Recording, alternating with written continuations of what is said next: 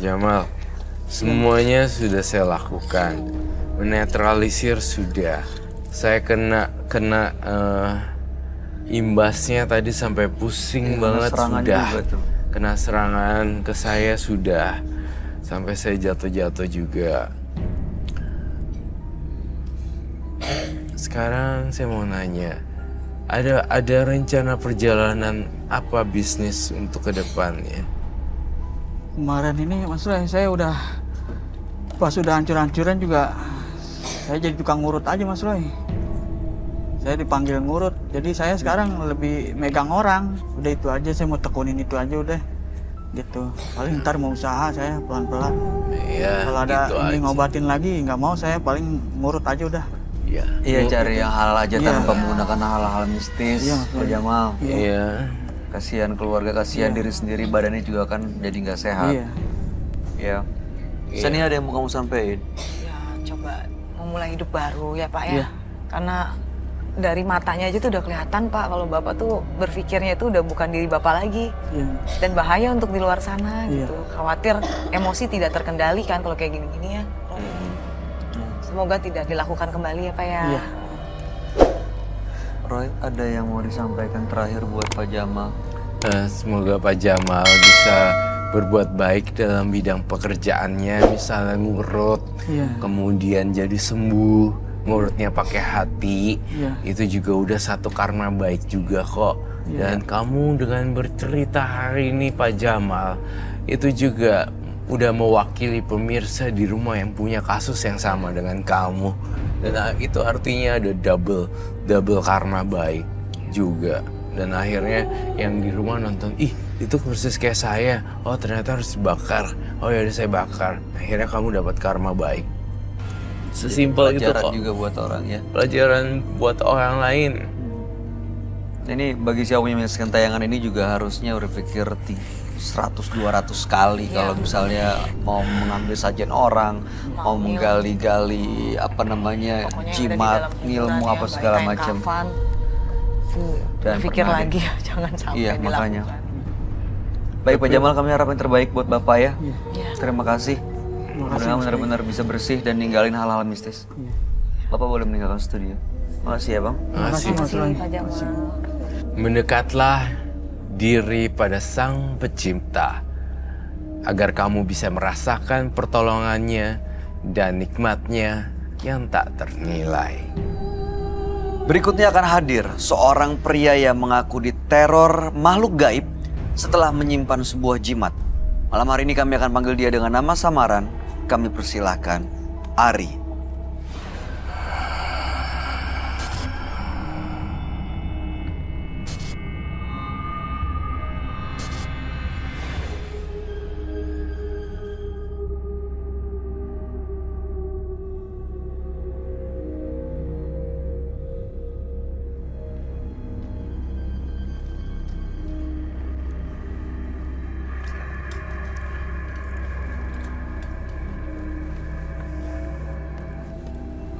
Selamat malam Mas Ari.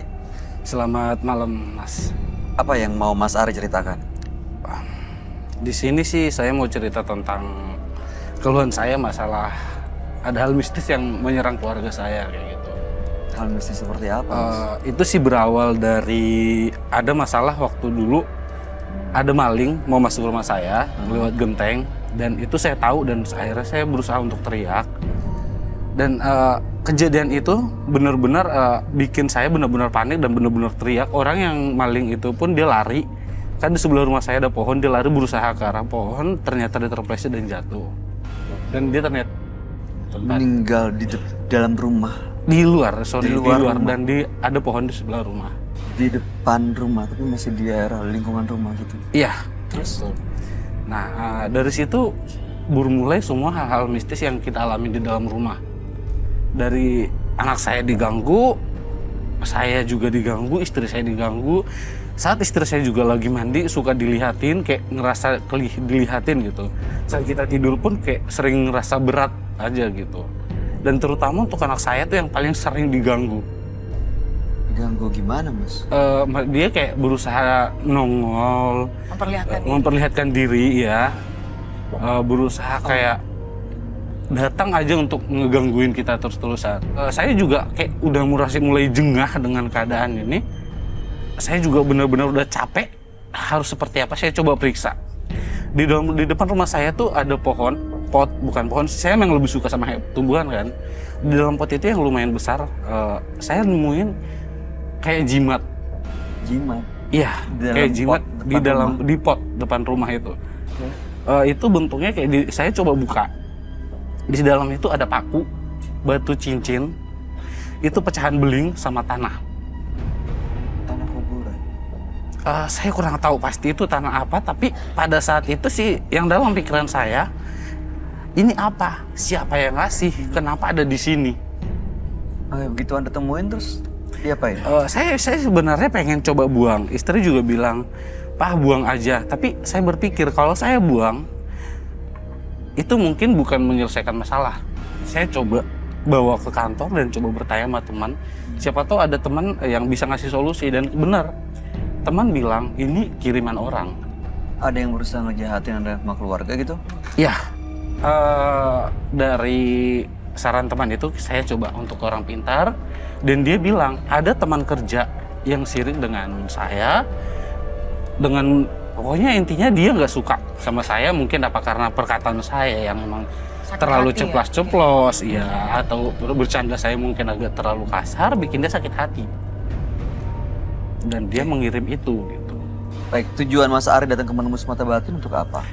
Saya sih tujuannya pengen mencoba melepaskan semuanya, karena jujur aja saya kurang percaya sama yang namanya mistis kan, tapi mau nggak mau saya harus percaya dengan kondisi ini. Yang udah saya alamin, yang udah anak saya alamin, juga istri saya alamin. Baik, jadi mau melepas juga sosok-sosok yang ganggu di rumah dan keluarga gitu ya.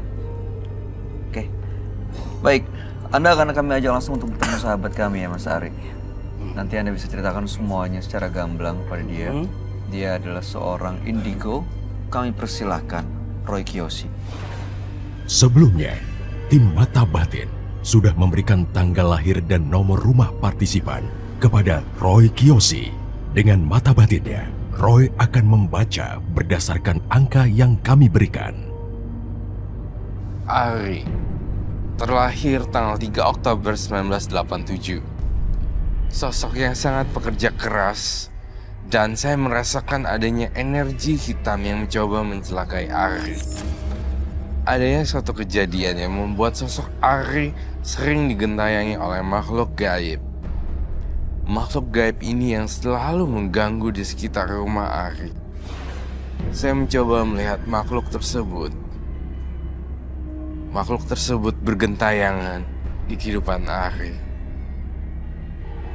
Entah kenapa saya melihat Ari, saya melihat sosok laki-laki berwajah rusak dengan mata yang keluar.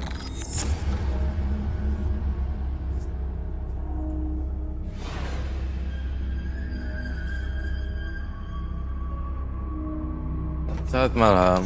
Selamat malam Roy. Silakan duduk semuanya. Terima kasih.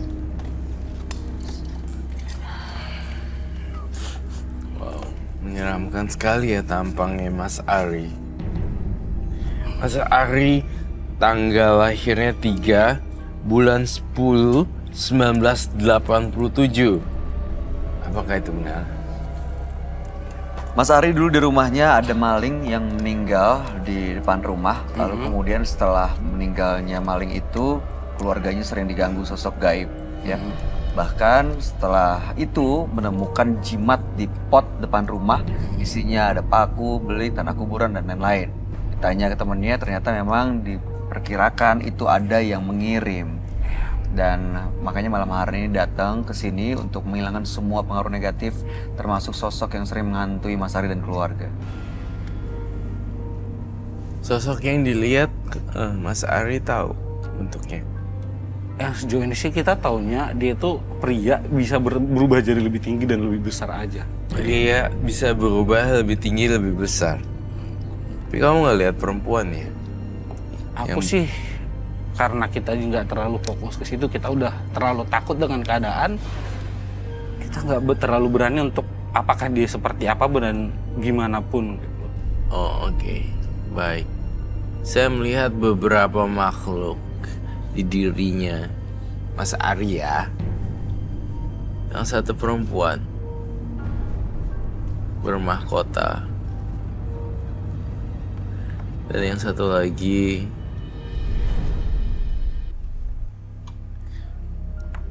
sosok pria.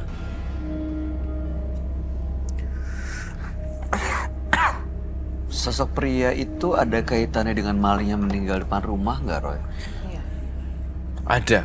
Justru sang pencuri ya. Maling, heeh. Maling itu datang itu dan meninggal. Itulah yang jadi menghantui Mas Ari. Oh, yang di arwah gentayangan. Dia jadi arwah gentayangan yang sangat menyeramkan. Gak wajar pokoknya. Gitu. Ini kok jadi malah Mas Ari dan keluarganya yang diteror sama arwah gentayangan itu ya, Roy? Iya, karena sang arwah gentayangan meninggalnya di Depan tempat rumah. situ. Jadinya gentayangan. Oke. Jujur sama saya, Mas Ari. Selain daripada kasus pencuri yang maling yang masuk ke dalam situ lalu meninggal, di sini saya melihat ada wanita berbalut kemben warna hijau dan berwarna kuning dan hijau. Apa itu? Kalau itu sih saya kurang paham, Mas Roy. Gak pernah ngelihat sosok seperti itu, Mas Ari? Selama ini sih kita belum pernah didatangin ataupun anak saya pun tidak pernah cerita tentang sosok seperti itu. Tapi kamu ngelihat itu ada ya, Roy? Iya, saya melihat itu ada di situ. Sosok yang mungkin dibilang legendaris ataupun memang menyamar. Jadi saya melihat ada sosok seperti Ibu Ratu ya. Apa benar Ibu Ratu? Gitu. Bisa nyamar mungkin ya? Ya bisa nyamar juga. Seperti itu. Selasa dia. Belum pernah ya? Coba diingat-ingat lagi. Ada satu barang warna hijau di tempat kamu. Kamu buka laci sebelah kanan di kamar kamu. Kebayang Coba Mas Ari ada di mana? Oke. Apa mungkin itu jimat yang saya temuin di depan rumah? Ya. Dibungkus kain apa? Saya sih kurang tahu itu kain apa, tapi saya bawa barangnya. Boleh saya ambil? Silakan, dengan senang hati. Iya. Memang tadi dia sempat bilang ya, menemukan jimat, ada batu, ada paku. Iya makanya. Ya, semacam putri berjubah hijau. Tapinya saya tidak bilang ini sosok tokoh legenda. Belum tentu ini sosok yang saya maksud atau kalian pikirkan.